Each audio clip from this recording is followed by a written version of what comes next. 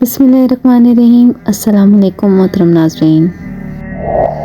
आज हम जानेंगे कि सऊदी अरब के एक बैंक में खलीफा सोम हज़रत उस्मान बिन अफ़्फ़ान रज़ियल्लाहु ताला अन्हु का आज भी करंट अकाउंट मौजूद है।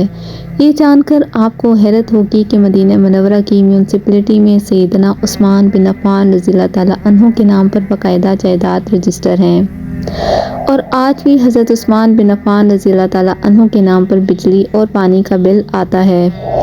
नबूवत के 13वें साल में जब मुसलमान हिजरत करके मदीना मुनव्वरा पहुँचे तो वहाँ पीने के पानी की बहुत किल्लत थी। मदीना मुनव्वरा में एक यहूदी का कुआं था जो मुसलमानों को पानी महंगे दामों फरोख्त करता था। इस कुएं का नाम बहरे रोमा यानी रोमा का कुआं था।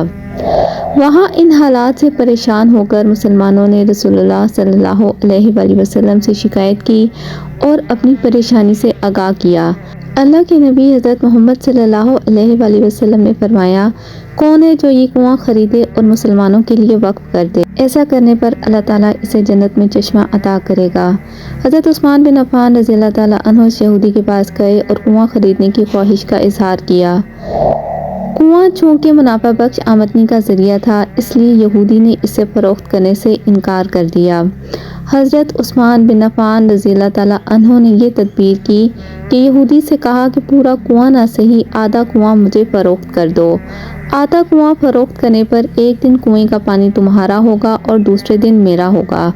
यहूदी उनकी इस पेशकश पर लालच में आ गया। इसने सोचा कि हज़रत उस्मान बिन अफ़्फ़ान रज़ियल्लाहु ताला अन्हु अपने दिन में पानी महंगे दामों फरोख्त करेंगे, इस तरह इससे ज़्यादा मुनाफा कमाने का मौका मिल जाएगा।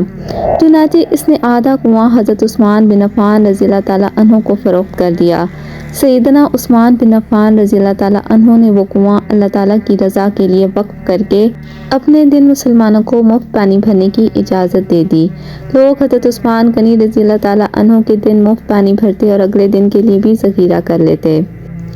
यहूदी के दिन कोई भी शख्स पानी खरीदने ना चाहता। यहूदी ने देखा कि इसकी तिजारत मान पड़ गई है तो इसने हज़रत उस्मान बिन अफ़्फ़ान रज़ियल्लाहु ताला अन्हु से बाकी आधा कुआं खरीदने की पेशकश कर दी।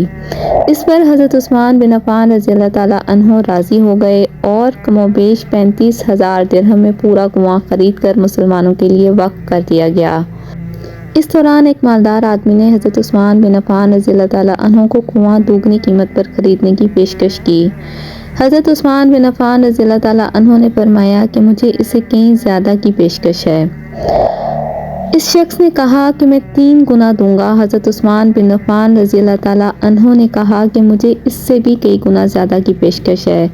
इस आदमी ने कहा कि मैं 4 गुना दूंगा। हज़रत उस्मान बिन अफ़्फ़ान रज़ियल्लाहु ताला अन्हु ने फरमाया कि मुझे इससे भी कई ज़्यादा की पेशकश है।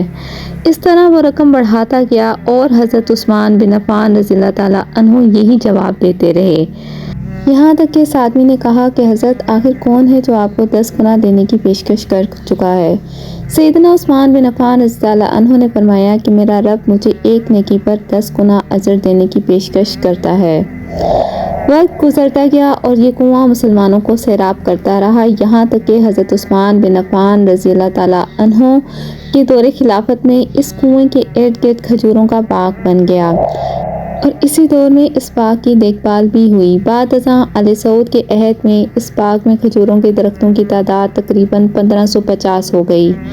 हुकूमत वक्त ने इस बाग के गिर्द 4 दीवारी बनवाई और ये जगह म्यूनसिपलिटी में हज़रत उस्मान बिन अफ़्फ़ान रज़ियल्लाहु ताला अन्हु के नाम पर रजिस्टर कर दी गई।